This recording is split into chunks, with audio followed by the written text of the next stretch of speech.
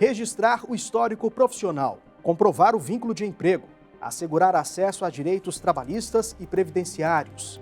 Criada em 1932, a Carteira de Trabalho e Previdência Social passa por constantes atualizações.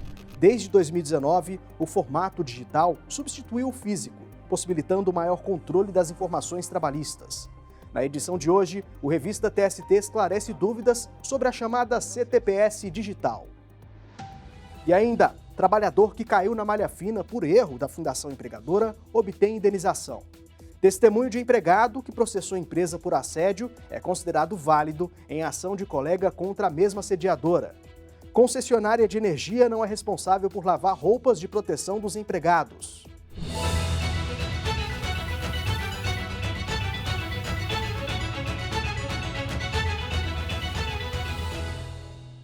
Uma fundação vai ter de indenizar um empregado após ter informado à Receita Federal valores errados sobre o rendimento do trabalhador. A falha fez o profissional cair na malha fina. Para a SDI1, a negligência gerou abalo psicológico, o que justifica a indenização por dano moral. Após ir à Receita Federal, em Porto Alegre, apresentar defesa sobre a inconsistência na declaração do imposto de renda, o profissional soube que a fundação havia informado um salário maior do que o valor de fato. O empregado atuava como técnico científico administrador na Fundação Gaúcha do Trabalho e Ação Social. Segundo ele, a instituição demorou para corrigir o erro e os valores retidos na fonte não foram restituídos. Diante do problema, ele ingressou com ação trabalhista para ser indenizado e o juízo de primeiro grau atendeu a solicitação. Mas o Tribunal Regional do Trabalho da 4ª Região, no Rio Grande do Sul, reformou a sentença. O TRT entendeu que o trabalhador sofreu um mero dissabor. O técnico recorreu ao Tribunal Superior do Trabalho e a 6ª turma rejeitou o recurso. O profissional, então, levou o caso à seção 1 de dissídios individuais do TST. O relator, ministro Breno Medeiros, considerou que, apesar da inclusão na malha fina, os danos ao empregado não foram comprovados. Isso é um equívoco normal que depois, muitas das vezes, como são informados aí, com relação aos próprios contribuintes, isso daí é retificado dentro do período e aí não vejo qualquer prejuízo a não ser o de sabor. O ministro José Roberto Pimenta abriu divergência. Ele entendeu que a fundação foi negligente ao informar dados errados na declaração do imposto sobre a renda retido na fonte. Há registro no acórdão de que esse trabalhador, em decorrência desse equívoco, né, de informação dos valores que teriam sido pagos a ele, houve uma informação de valores pagos a maior. E aí depois vem a retificação, depois da passagem do prazo para entrega da declaração de ajuste, né, do imposto de renda, e ele é colocado na malha fina e há um atraso imenso no pagamento da restituição dele. Então, me parece que não é só um equívoco com todas as vênias, porque há comprovação e registro de dano. No voto divergente, o ministro José Roberto Pimenta considerou que houve dano moral, porque foram atingidos valores subjetivos da pessoa física, ante os abalos de ordem psíquica e emocional. A maioria do colegiado seguiu esse entendimento e o ministro Breno Medeiros ficou vencido. Dessa maneira, o empregado deve receber R$ 5.500 de indenização por danos morais. O valor é o mesmo que havia sido determinado pelo juízo de primeiro grau. Ainda cabe recurso.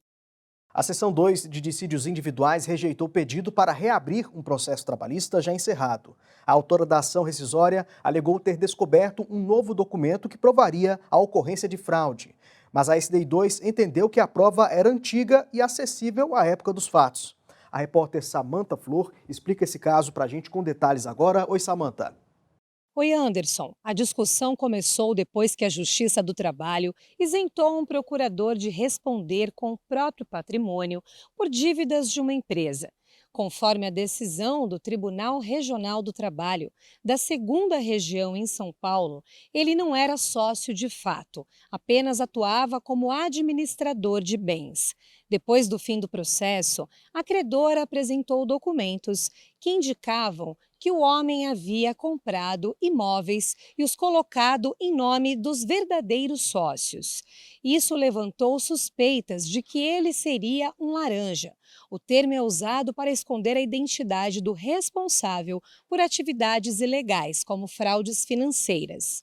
Ao analisar o caso, a relatora, na seção 2 de dissídios individuais do TST, ministra Maria Helena Malman, que integrava o colegiado, constatou que os documentos estavam disponíveis em cartórios com datas anteriores às da abertura do processo original.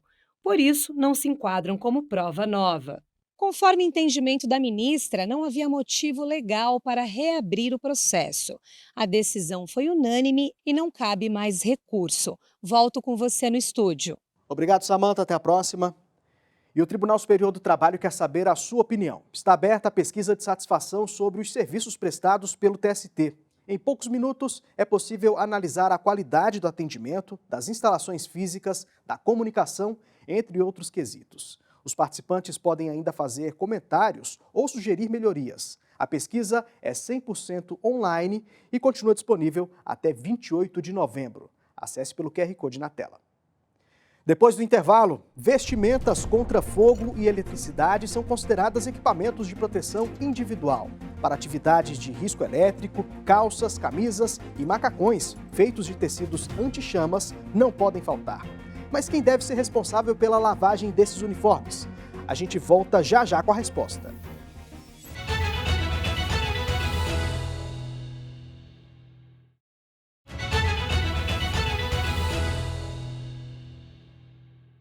Vamos agora fazer um giro pelas turmas do tribunal para saber mais detalhes de algumas decisões da semana. Começamos pela 8ª turma, que condenou a Companhia de Urbanização de Goiânia, a Comurg, a indenizar uma gari pelo não fornecimento de instalações sanitárias durante o serviço nas ruas.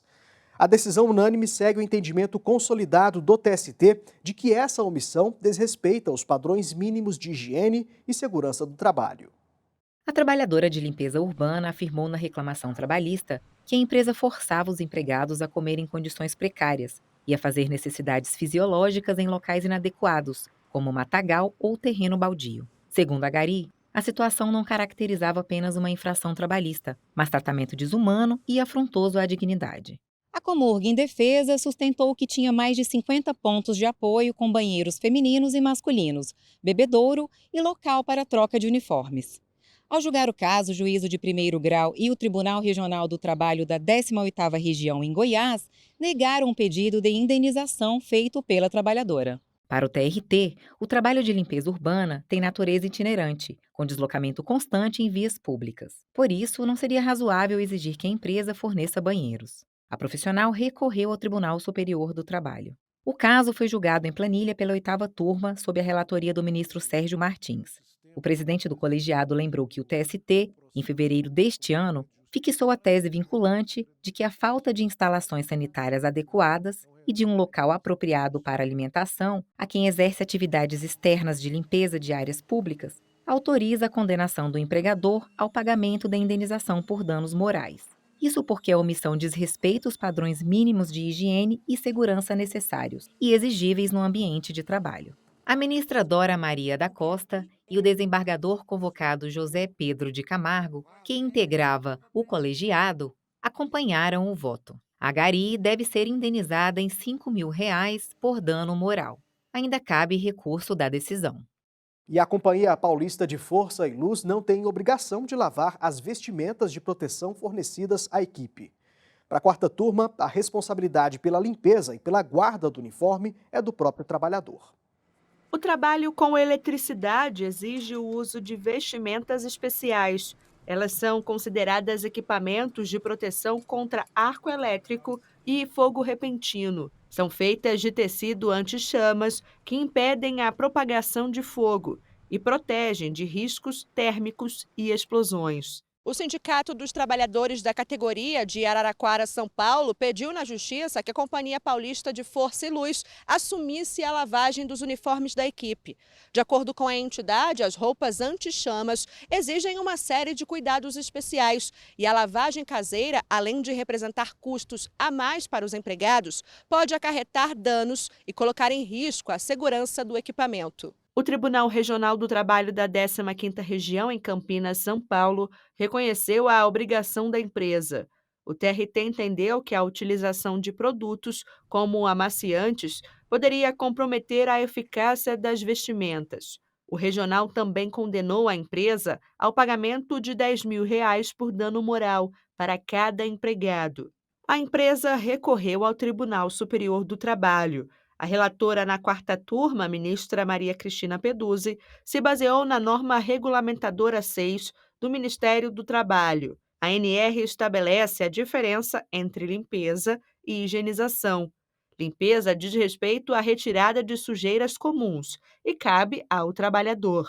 Já a higienização envolve procedimentos de descontaminação e desinfecção, normalmente de responsabilidade do empregador. No caso, os manuais dos fabricantes indicavam que as vestimentas podiam ser lavadas em casa, sem prejuízo da proteção, desde que fossem seguidas orientações básicas, como evitar o uso de cloro e amaciantes. Para a relatora, eventuais falhas na observância dessas instruções não transferem ao empregador a obrigação de realizar a lavagem. Na perícia, constatou-se que o Paradigma declarou que usava amaciante e outros declararam que usavam amaciante. Ora, não é porque eles eventualmente usassem amaciante que isso desloca a competência, digamos, da lavagem para o empregador, porque havia prescrição no manual de instruções da Dupont para que não se usassem nem amaciantes nem alvejantes e que era possível a lavagem doméstica. Assim, a quarta turma do TST, por unanimidade, negou o pedido do sindicato, que pretendia responsabilizar a Companhia Paulista pela higienização das vestimentas. A entidade sindical apresentou embargos de declaração ainda não julgados. O depoimento de um empregado assediado por uma gerente foi considerado válido em um processo movido por um colega. De acordo com a primeira turma, o fato de a testemunha ter ajuizado a ação contra o mesmo empregador não a torna suspeita. Informações desse caso, que corre em segredo de justiça, a gente tem agora com a repórter Renata Gorga. Oi, Renata. Oi, Anderson. O processo envolve um assistente de negócios. Ele contou na ação trabalhista que, quando começou a trabalhar na empresa, a nova gerente do setor passou a assediá-lo sexualmente. As cantadas ocorriam diante de colegas e clientes, que faziam chacota da situação. Além das investidas verbais, ela fazia contatos físicos não consentidos. O profissional contou ainda que, ao ser convidado pela gestora para sair, mostrou a foto do pai, que estaria solteiro e teria a mesma idade dela. Depois dessa atitude, a gerente passou a assediá-lo moralmente. Ela trocou o trabalhador de funções e o designou para atividades de alto risco e exaustivas. O rapaz desenvolveu síndrome de pânico e depressão, tendo sido afastado pelo INSS por cerca de 4 meses. Mesmo com medo de sofrer represálias, ele denunciou o caso à ouvidoria da empresa. Mas somente após 3 meses, a assediadora e a vítima foram afastados de setor, embora continuassem a trabalhar no mesmo prédio. Com base em testemunhas e imagens de circuito interno, o juízo de primeiro grau concluiu que o assistente sofreu assédio sexual por chantagem e condenou a empresa a pagar R$ 300 mil de indenização, além de proibir que a assediadora trabalhasse na mesma lotação da vítima. Ao recorrer da sentença ao Tribunal Regional do Trabalho da 6ª Região, em Pernambuco, a empresa argumentou, entre outros pontos, que uma das testemunhas do trabalhador havia apresentado denúncia idêntica contra a mesma gerente e que, por isso, não poderia depor. Mas, segundo o TRT, não havia elementos concretos para caracterizar a suspeição da testemunha. A empresa tentou rediscutir o caso no Tribunal Superior do Trabalho.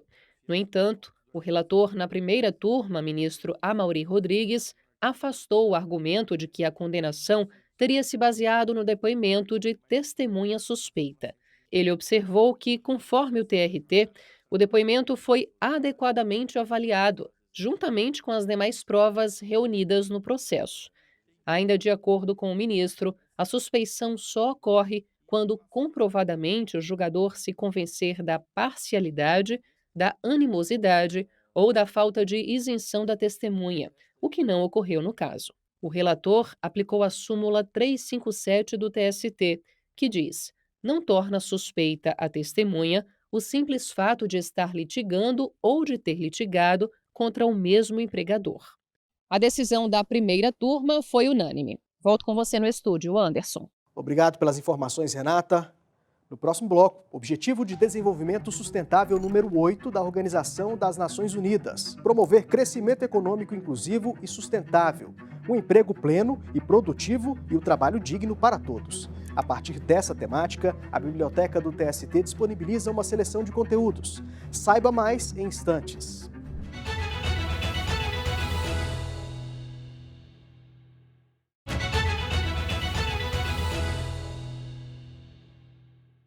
Trabalho decente e economia. Esse é o tema do mês da Biblioteca Délio Maranhão do TST, que se baseia no Objetivo de Desenvolvimento Sustentável número 8 da Organização das Nações Unidas. O conteúdo selecionado aborda assuntos como a mecanização da produção de cana-de-açúcar, o trabalho em plataformas e a economia do cuidado. Pelo QR Code na tela, você acessa o acervo completo, que conta com artigos, capítulos de livros e dissertações. Mudando de assunto, você já percebeu que de um tempo para cá, as atualizações na carteira de trabalho estão sendo feitas apenas na versão digital? Isso tem um motivo: simplificar a vida de empregados e empregadores. A repórter Larissa Batista foi até o Ministério do Trabalho e Emprego para tirar algumas dúvidas sobre a carteira de trabalho e previdência social, a CTPS. É fato que o mundo se tornou mais digital nos últimos anos e, com isso, quem tinha o hábito de carregar a carteira de trabalho física precisou se adaptar, acompanhar suas contratações e também seus registros através de um aplicativo. Ao meu lado, aqui, João Paulo Machado, que é diretor do Departamento de Gestão de Benefícios do Ministério do Trabalho e Emprego. João, obrigada pela participação aqui no Revista TST. Larissa, eu que agradeço o convite para estar aqui falando com vocês em nome do Ministério do Trabalho e Emprego sobre essa mudança tão importante que tivemos da carteira física para a digital. Isso aconteceu, inclusive, em 2019, né? Como é que foi essa transição, João? Em 2017, a gente já iniciou um protótipo, né? um piloto de um aplicativo, mas em 2019 nós tivemos uma alteração da CLT prevendo que os registros e anotações na carteira de trabalho devem ser preferencialmente por meio digital. Então o aplicativo entrou de verdade em funcionamento. A partir de 24 de setembro de 2019, todos os vínculos ativos ou iniciados dessa data em diante passaram a ser digitais. Então essa foi a principal fundamentação, mas ela não foi só pela questão legal, havia sim já uma intenção de transformação mesmo no processo para tornar mais fluido, para tornar mais acessível, para tornar mais simples para o cidadão e para o empregador. Afinal, a partir dessa mudança, basta que a pessoa tenha um número de CPF, que ela já tem uma carteira de trabalho digital emitida. Ah, mas e se ela não acessar? Ela não vai estar habilitada. A partir do momento que ela fez o primeiro acesso, que se dá, basta ter um acesso na conta GovBR. Então, quando você vai acessar, seja pelo aplicativo, seja pelo browser no GovBR, você utiliza a sua conta de acesso do GovBR, o seu login, e acessando está habilitado e tem acesso a todos os vínculos que estão ali anotados, tanto os digitais quanto os pretéritos, que não eram da época digital, mas estão ali para facilitar o acesso ao cidadão. E também os benefícios trabalhistas e outros serviços que são disponíveis, tanto seguro-desemprego, abono salarial, outros benefícios emergenciais que tivemos nesse processo. Tivemos em 2020 uma situação de pandemia absurda, horrível, e o aplicativo, esse processo de acesso digital facilitou muito para aqueles trabalhadores que precisaram recorrer a um benefício trabalhista na época. Enfim, é um aplicativo que, além de facilitar o processo de acesso às informações do vínculo, aquilo que a carteira de trabalho digital sempre se prestou, que é comprovar que você é um trabalhador e os vínculos que você tem, também expandindo para vários serviços, sempre relacionados, claro, à temática do mundo do trabalho. Essa carteira, João, física, que muitas pessoas ainda possuem, ela não foi substituída, né? Na verdade, ela precisa ser guardada, ela ainda tem ali alguns registros importantes, apesar dessa atualização? Sim, a partir de 24 de setembro de 2019, os vínculos que estavam ativos ou que se iniciaram nessa data em diante, é tudo digital. Porém, tudo que é relacionado a esse período para trás, ele precisa ser comprovado por meio da carteira física. Então, se o trabalhador tem um vínculo com data anterior, ele precisa sim manter esse arquivo, porque se ele precisar comprovar em algum local, seja, por exemplo, para pedir um benefício previdenciário junto ao INSS, possivelmente poderá ser solicitado a ele que apresente a carteira física, ou qualquer outra situação, é aquilo que comprova a anotação da carteira. A partir da data de 24 de setembro de 2019 é que não há mais a anotação em carteira. O que vale é a informação na esfera digital. O empregador pode solicitar ainda, né, nos tempos atuais, a carteira física? Como que isso acontece, caso seja solicitado? Certo. Não pode ser solicitada a carteira física para um registro atual, porque o trabalhador sequer consegue emitir uma carteira física hoje. Assim, as emissões de carteira física elas são restritas. Só para você ter uma ideia, neste ano de 2025, nos primeiros 6 meses, nós tivemos em torno de 700 mil acessos na carteira de trabalho digital e 7 milhões de pessoas tiveram habilitação. Então, nós tínhamos 81 milhões de pessoas habilitadas na carteira em dezembro de 2024 e temos 88 milhões em junho de 2025. Neste mesmo período, a gente emitiu apenas 26 unidades de carteira de trabalho física. Por quê? Para aquelas situações em que precisa anotar alguma coisa lá de trás, anterior a 2019. Então, o trabalhador já não tem mais condições de oferecer isso ao empregador.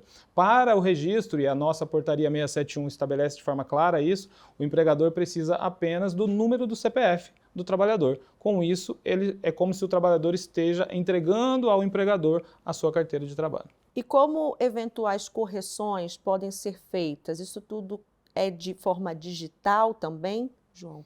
Para os vínculos digitais, sim. E quais são os vínculos digitais? Aqueles que vêm do e-social a partir de 2019. Então, é um vínculo dessa data para cá, qualquer correção, seja uma retificação de informação, seja uma alteração de uma evolução, ele mudou o salário, vai ter férias, um afastamento que vai para a carteira, um desligamento, ou seja, até uma exclusão. A empresa enviou uma informação e aquela informação não se concretizou, ela vai excluir. Tudo isso é feito via e-social. A empresa informa no e-social, essa informação ela é capturada pelo sistema e dentro de em torno de 48 horas no máximo, muitas vezes até menos, o aplicativo já atualiza essa informação também. Agora, se são vínculos anteriores, a gente tem 2 abas dentro da carteira de trabalho digital. Uma é para os vínculos digitais. A outra aba estão outros vínculos, que são vínculos anteriores à época que se tornou digital. Esses vínculos eles são da base CNIS, que é o Cadastro Nacional de Informação Social do INSS. Está ali para facilitar para o trabalhador, para ele ter acesso, como ele tinha numa carteira, né, no caderninho ali, todos os vínculos, então ele tem acesso a todas as informações num ambiente único. Só que não são vínculos digitais esses anteriores a 2019. Então, se precisar a correção dessa informação, aí precisa buscar o canal de atendimento do INSS, para fazer o ajuste, seja para fechar um vínculo, para atualizar um dado, para corrigir a informação que ali está, porque não é um vínculo que o Ministério do Trabalho e Emprego tenha condições de fazer a operação. E mesmo nos digitais, o Ministério do Trabalho e Emprego não é quem corrige, altera, retifica, é o próprio empregador que faz essas ações. João Paulo Machado, muito obrigada pela entrevista, por essa conversa. Eu que agradeço. O TST e o Instituto Admax assinaram um termo de cooperação técnica com o objetivo de promover políticas de proteção social, atividades educativas e ações de prevenção à exploração infantil em todo o país. Entre as iniciativas conjuntas está o lançamento da campanha Trabalho Infantil Não Dá Jogo, que busca dar visibilidade ao problema e sensibilizar a sociedade. Para o presidente do TST e do CSJT, ministro Vieira de Mello Filho, empresas também podem ser protagonistas na luta pela proteção de crianças e adolescentes. Essa iniciativa tem muita visibilidade pela potência da empresa e também por nós entendemos que uma empresa que alia capital e trabalho, ela pode ser também produtora de solidariedade, sobretudo com respeito à cidadania e à juventude do nosso país. O ministro José Roberto Pimenta conduziu nesta semana a primeira correição desde que assumiu o cargo de Corregedor-Geral da Justiça do Trabalho. O ministro esteve pessoalmente no Tribunal Regional do Trabalho da 13ª Região na Paraíba, onde avaliou os serviços prestados e a qualidade da gestão. A Corregedoria-Geral da Justiça do Trabalho fiscaliza e orienta os TRTs com o objetivo de assegurar a eficiência administrativa e processual. Quase 70% das juízas do trabalho já sofreram discriminação no ambiente em que atuam. A informação foi revelada por uma pesquisa da Escola Nacional de Formação e Aperfeiçoamento de Magistrados do Trabalho, a ENAMAT. 53% das magistradas afirmaram ter sido vítimas de microagressões e quase 40% contaram ter sofrido agressões verbais. A pesquisa consultou 749 juízas em atividade e magistradas aposentadas. A extensão Corisco Chat JT agora está disponível para usuários no navegador Mozilla Firefox, permitindo a integração direta com o processo judicial eletrônico sem a necessidade de downloads ou uploads de documentos. A ferramenta foi desenvolvida para otimizar o fluxo de trabalho e melhorar a produtividade. Disponível para o Google Chrome desde agosto, a extensão faz parte do projeto Corisco, iniciativa do TRT da 19ª Região em Alagoas, em parceria com o CSJT. O Revista TST de hoje fica por aqui. Nos acompanhe também pelas redes sociais. Muito obrigado e até a próxima.